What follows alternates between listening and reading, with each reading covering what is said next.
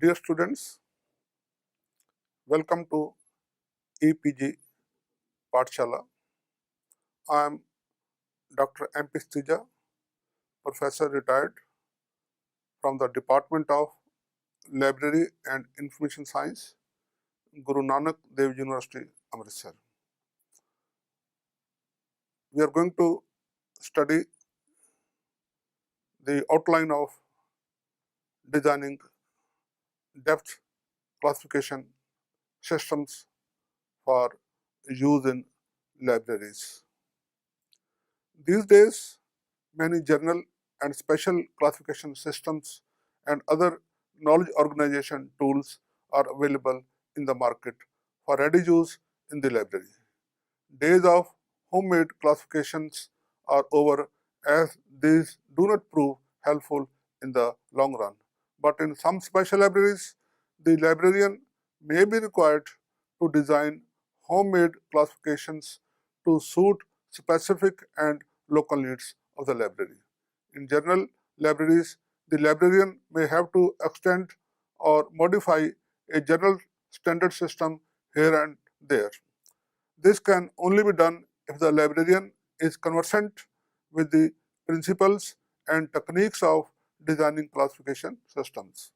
Moreover, designing a classification system in itself is a very intellectual and stimulating and challenging technical exercise. Sir Ranganathan has clearly given very systematic and step-by-step methodology for designing a classification system. He has made the work bit easy and mechanical, but it may be noted that by just reading the methods, one doesn't become classification designer. As by reading a book on swimming, only one will not become a swimmer. Practical experience and training is quite necessary. Also, before venturing to design, we must assess our needs and also the resources in terms of money, time, and expertise available to us. Expertise should be both in library science and the subject concerned, as it is a collaborative effort. Also, designing a classification is very costly and a daunting project. Therefore, the first rule is do not do it if you can do it without it. Only go for designing a new system if it is absolutely essential. Anyhow, in this module, we will study both the administrative and technical aspects of designing classification systems for our local use. Subject access. Subject access to information is the central function of any modern library and information retrieval system, that is classification, and also of a modern library. Therefore, library personnel must have the requisite expertise in subject cataloging, classification design, and vocabulary control. Library and information services professionals may often be called upon to design subject access or warehouse items storage and retrieval systems. That is, they may be required to design classification systems for libraries storing some other entities. We have to learn how to design such subject access systems or knowledge organization tools, as these are called. Methodology for designing. A library classification scheme should be based on some objective methodology. It should not be intuitive, as was the case prior to Ranganathan. In the year 1962, Documentation Research and Training Center, that is DRTC, initiated intensive research in classification design and introduced the topic in the curricula of DRTC students. How to design depth classification schedule was a central topic in the syllabus in the 1960s. Every DRTC student had to prepare one depth schedule for a very specific narrow subject, and this model was copied by other schools also. Ranganathan combined intuitive, speculative, and rational methods with pragmatic methods based on experience for designing classification schemes. Methodology continues. Library classification schemes by the area covered are obviously of two types: general classification systems special classification systems or special subject classification systems. General classification systems cover the entire universe of knowledge, whereas special classification systems are restricted to a narrow area of knowledge or to particular forms of documents, or even they may be restricted to a particular type of users, say classification for children. Construction of classification schemes is very difficult job, of course. It's not a child's play, rather it is very tedious job, very intellectual job and time-taking job.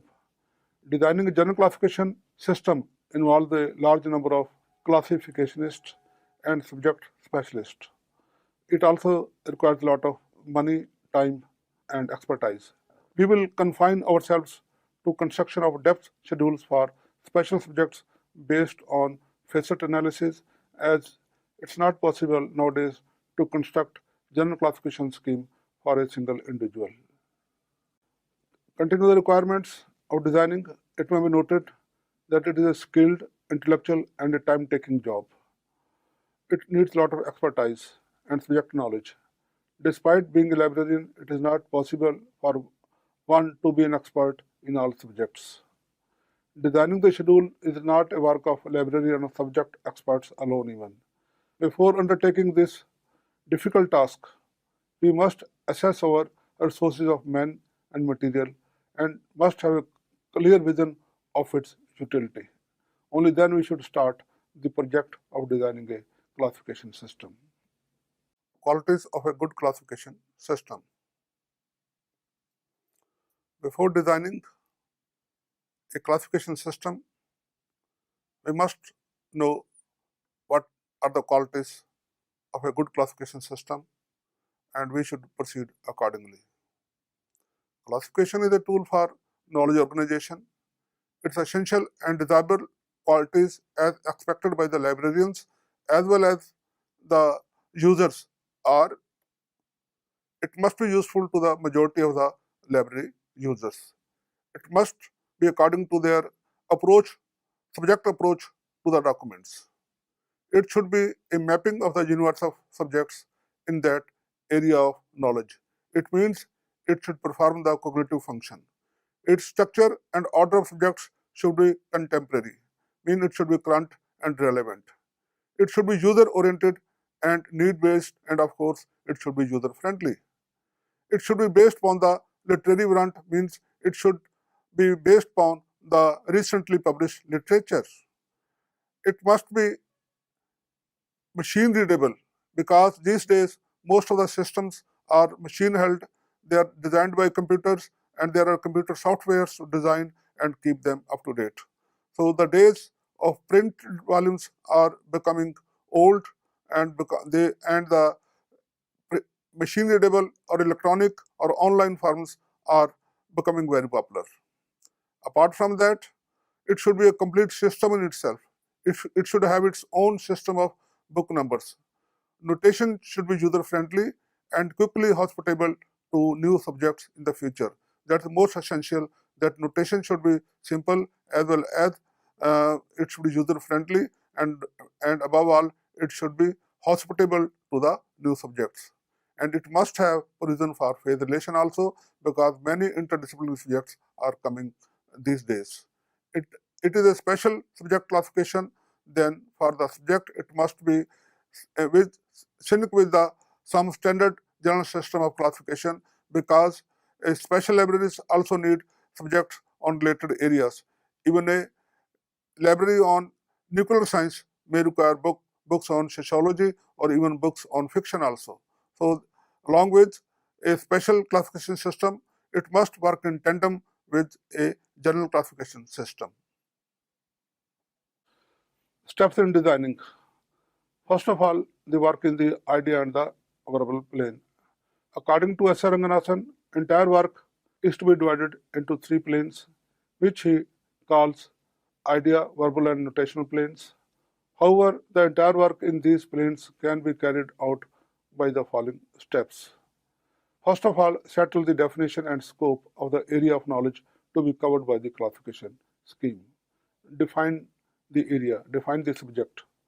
Identify the sources of terms. These could be books, periodicals, abstracting indexing services, or users' inquiries. Extract concepts and terms by applying the canons of characteristics that we have already explained. Assign terms to predefined named categories or facets. So you can follow PMEST or you can follow CRG's formula, which is much longer, but you have to predetermine clear-cut categories to which the concept must be assigned. Then divide terms under categories into facets and isolates. That is, divide them into hierarchically. Arrange facets and isolates into arrays and chains. Make arrays by applying the canons of array. And these have also to be put into some helpful order. Put isolates in the hierarchical order using principles of chain formation, that is formation of chains. And then decide the citation order of facets or use PMEST formula that is given by Ranganathan, or you can follow the CRG formula, or you can decide a facet formula according to your local needs. Then to give the final shape, then we come to what Ranganathan called the verbal plan. In this, dress all the concepts in current and standardized terminology, taking care of synonyms and homonyms. Assign notation which is expressive, its order of digits known, and has the capacity and flexibility for future subjects. That is, these are the qualities of the notation to be used. Prepare the alphabetical index of terms in schedules and tables using some international standard. That is, index is a must. Write an introduction to the system. Pre-test the classification under some controlled conditions. It is very essential to test it at home. That is known as a pilot project. Circulate it for opinions of prospective users. Take due notice of the genuine feedback and constructive criticism and suggestions. Set up a policy and machinery for regular revisions as it will be required, and it is a sort of after-sales service. Prepare a directory of network of users, or you can create a website or a Facebook even, where the users and the editors can interact or communicate over the social media. Also, conduct a workshop for its users to highlight its feature and explain its nuances in the beginning and also from time to time. Level of the users and choice of the model. Classifications are meant for the users, and their needs and approach to the documents must be considered. Readers are of primary importance, as classification is not an end, it is only a means to serve the users. Thus, scheme must be reader-oriented and user-friendly. While preparing a scheme, two factors, that is, needs of the users and level of the user, must be determined. What kind of classification should be constructed? Faceted or enumerative scheme? That is the first question to be answered and taken note of. Nowadays, only option left is for faceted scheme if you want to construct a depth classification for a dynamic world of knowledge. And in fact, faceted schemes are now easy to construct. A faceted scheme has been described as the basis of all information storage and retrieval. If word is static and there is nothing to add in future, then we can opt for an enumerative model. But today, no word is static, it is always dynamic, it is always growing. Universe of knowledge is growing. The universe of knowledge is growing very fast, rather its growth is unprecedented. Therefore, the only faceted classification system can be of use, not an enumerative one. Planning the work. We have to properly study the subject in and out from definition, scope to the latest trends. For this, list of all its definition is to be settled from standard dictionaries and also subject dictionaries, for example, dictionary of physics, social sciences, etc. After that, we have to decide the scope or boundary of the subject. As we know that boundaries are never agreed to among scholars. They go on changing from time to time and are different in different systems. So we have to settle them, and for this we have to apply the canon of enumeration. Is mechanics a part of mathematics or physics? Such questions must be settled administratively. It is imperative to draw a clear boundary. We should consult experts before drawing the boundaries of a subject. Once settled, then the canon of enumeration must be followed in defining and displaying the terms. Subject knowledge. It is most essential to have or gain synaptic knowledge of the subject proper and its environment. For background knowledge of a subject, we should read encyclopedias, textbooks, latest literature of the subject in all media, and we should be aware of what is being published in journals and is indexed in relating services. We should keep our eyes on topics which are being discussed in the discipline by reading annual advances in the subject. Help of a subject expert is indispensable at this stage. Scheme should be based on literary warrant, and for this, literature survey should be done. For literature survey, we have to consult good abstracting journal, not one or two issues, but issues of the last 10 years should be studied. If no abstracting services available on that subject, then we should study 6 to 10 major journals of last 10 years. Work in the idea plane, collection of terms. Idea plane involves brain work. It is foundation of the entire structure. It is a map of the scheme to be constructed. Therefore, it is most important of all other planes. S.R. Ranganathan formulated canons of characteristics for breaking of a subject into constituent concepts. Keywords from title, abstracts, or from the text of the articles, or keywords given by authors should be noted in context in a computer file. Concept or terms should also be collected from feature headings of the articles. Long list of key terms can easily be extracted from databases. User queries are another source of candidate terms for inclusion in the classification scheme. Categories and facets. For designing depth classification for microliterature, Ranganathan's categories seem too broader. In fact, there are only 3 of them, namely personality, matter, and energy, whereas space and time are common categories. Further, the concept of rounds and levels may be confusing to most of us. Categories formulated by BC2 are quite in fashion. These are in the sequence things, kinds, parts, properties, materials, processes, operations, patient, product, byproduct, agent, place, time. These are more explicit and this can be easily followed. Of course, these are all based upon the wall picture principle if we see them closely. Formation of arrays and chains. After assigning basic concepts to categories and facets, sort them into arrays and chains.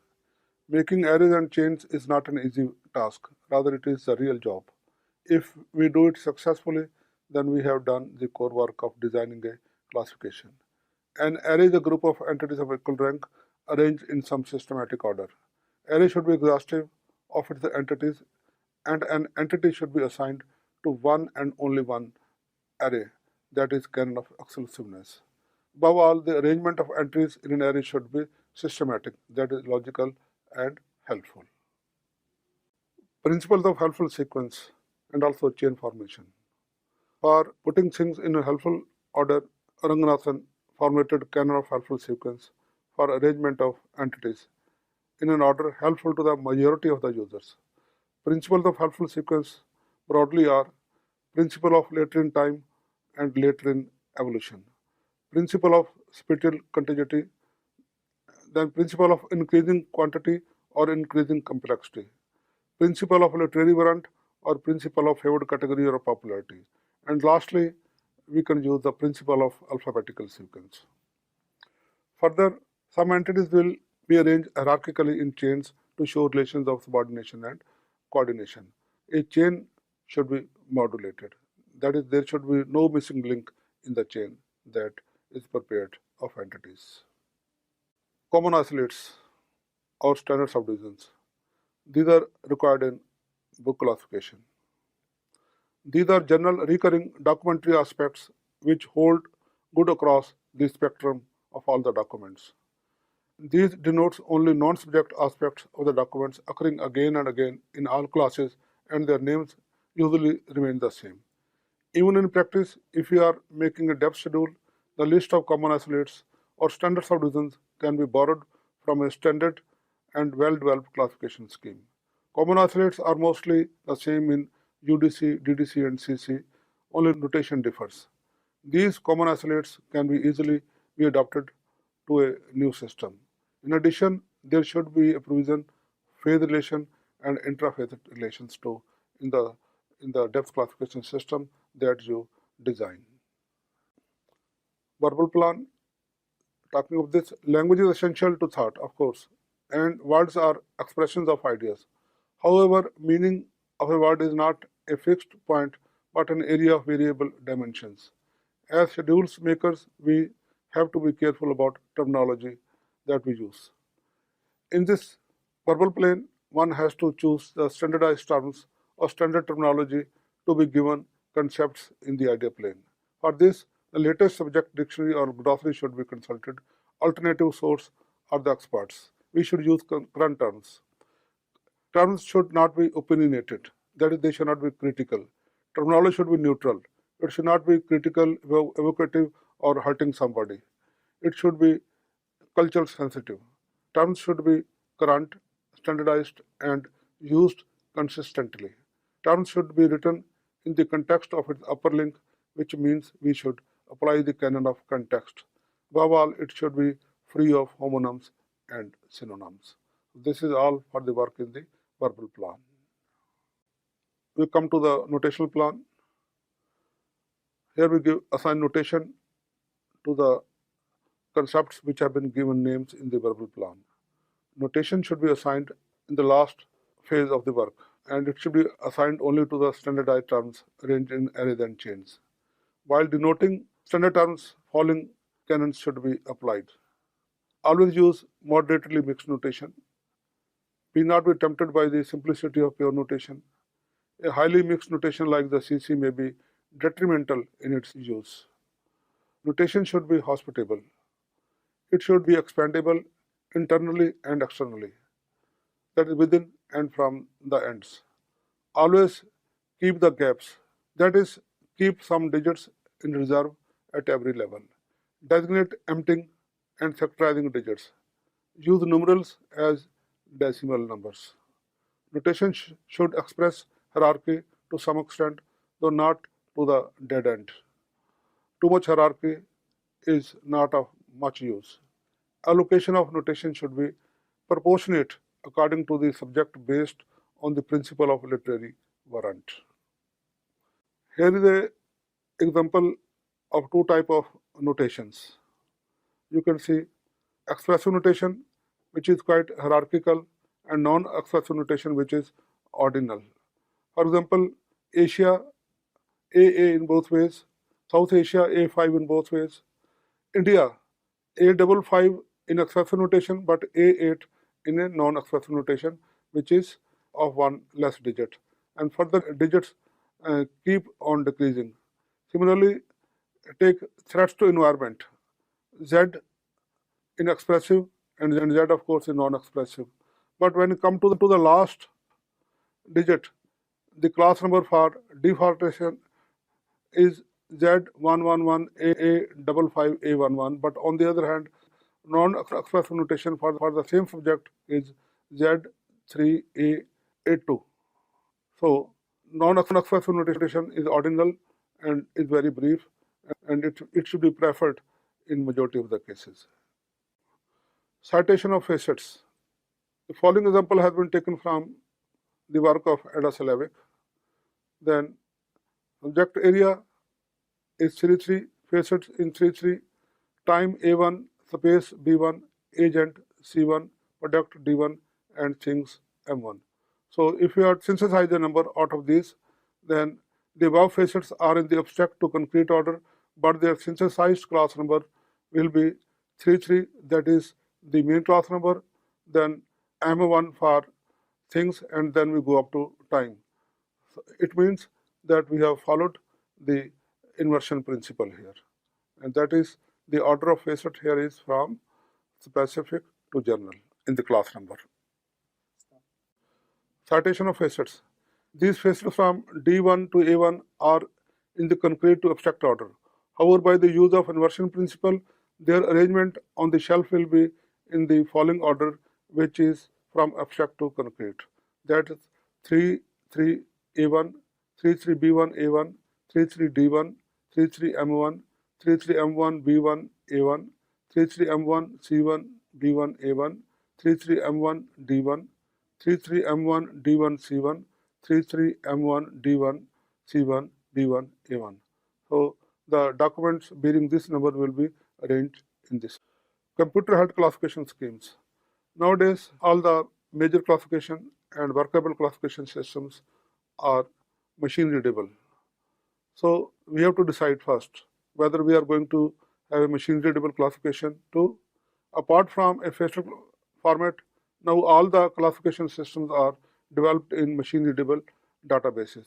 Dr. Ada Slavic, who is the editor of UDC, has listed the following advantages for online classification system. Searching and browsing of classification notation is easy if it is held in online or is available in a machine readable format. It facilitates searching notation through associated verbal expression. Sorts and displays of entities in many models is done by it. There is automatic tracing of hierarchical and associative links and relations here. We are continuing with the advantages of these computer held systems. Here, tracing of rules to the area of their application is quick. Navigation between tables, facets, and subject areas is very easy. Tracing of historical data through schemes lifespan, historical notes is possible. Various outputs, exports, and byproducts are made from the online systems. Identification of classes independent of notation is possible. That we can also make thesaurus and thesaurus facets from such a system very easily. It is easy to maintain, edit, and publish as printed editions of various sizes. Concise unimark format of classification data was published in a draft form in the year 2000. This format is still awaiting official completion. Software for designing classification schemes. There are, of course, many softwares, standard and general, for designing classification schemes. MS Excel and MS Word have some limitations in designing classifications. There are softwares which are specific to the task. L. Warendorf describes some software useful for such purposes. And Gaikwari describes the use of computer program named SRR to assist librarians in developing, operating, and maintaining a freely faceted classification system. S4.0 used by the DDC and MARF readable format of the UDC are highly developed software for designing classification databases. Designing the draft. While drafting the schedule, that is writing it, we must have opinions of other librarians and users. This is testing of the schedule to get the reaction of the users. Only then we will come to know the defects and its shortcomings. Worthwhile feedback from the concerned should be incorporated before finalizing the schedules. For the designing classification systems, we have also to decide two more things, which are other one, revision policy and revision machinery. It has to be decided by a governing body, and it means that there should be a governing body of the scheme, and it should establish a editorial committee for the revision of the system from time to time. Otherwise, a classification will not work and it will become dead or it will not be used for a longer time. Further, deciding this, we have to write introduction to the system at the end, and we must explain the reason designing it, and we must mention for whom it is meant and what is the reason for designing such a system. It must highlight its special features, scope, use, and how to operate it with ample practical examples in a simple language. That is, there should be some sort of a manual to operate the system so that readers may read it and try to understand how to use the system in a efficient and in the right way. Continuing with the revision, designing a classification system is one thing, maintaining it is quite another. Lack of currency in terminology and coverage will lead to early disuse and untimely demise. Always keep the system updated and current both in coverage and terminology. Always make use of advances in classification theory in revising the system. There should be a well-defined policy and a permanent machinery for its continuous revision. Authorized revision should be communicated regularly. Newsletter is a device to keep in touch with the community of users. Changes may be communicated in the newsletter or posted on the website or blog or Facebook, which may get instant feedback from the readers. Purpose of revision and updating is just like an after-sale service of a machine. Librarians are scared of drastic revisions, therefore revision should be continuous but in small doses. To conclude, we can summarize and rehash the steps for designing classification systems that we have already studied. We can, of course, adopt Ranganathan's three planes of work, that is idea, verbal and notational planes, though it is not very essential to go this way. Many classifications have been designed without them. To design a system, we should be expert in the design methodology. We should know the subject proper on which we are going to make the classification. The boundaries of the subject should be noted and the concepts can be borrowed from latest literature such as the textbooks, current periodicals, dictionaries of the subject, and above all from the abstracting and indexing services if available. Nowadays, we mostly design faceted systems, and for that we should have prefixed categories of concepts in the subject area. All the key concepts should be assigned to different categories, which should be arranged in proper arrays and chains. The concepts should be given the latest terminology by avoiding homonyms and synonyms. We should decide the citation order of facets, which is usually from specific to general. There should also be a provision for some sort of common isolates for various forms, internal and externals of the document. Then comes a notation to be assigned to the concepts under various categories. Notation should be mostly restricted to alphabets and numerals. There should be provision for hospitality. There should be provision and instructions for number synthesis and building, and also for phase relation. There should also be provision for book numbers. The provisional schedule should be tested and opinions of experts and users should be invited. The healthy suggestions should be incorporated for betterment. At this stage, introduction to the system should be written, which should explain the purpose and scope of the system and also should detail the method to use and operate it. At the end, index to the schedules should be prepared. It is better to prepare the system in electronic format and made available online. It should also provide guarantee for future revision and also of advice to the classifiers in case of their problems.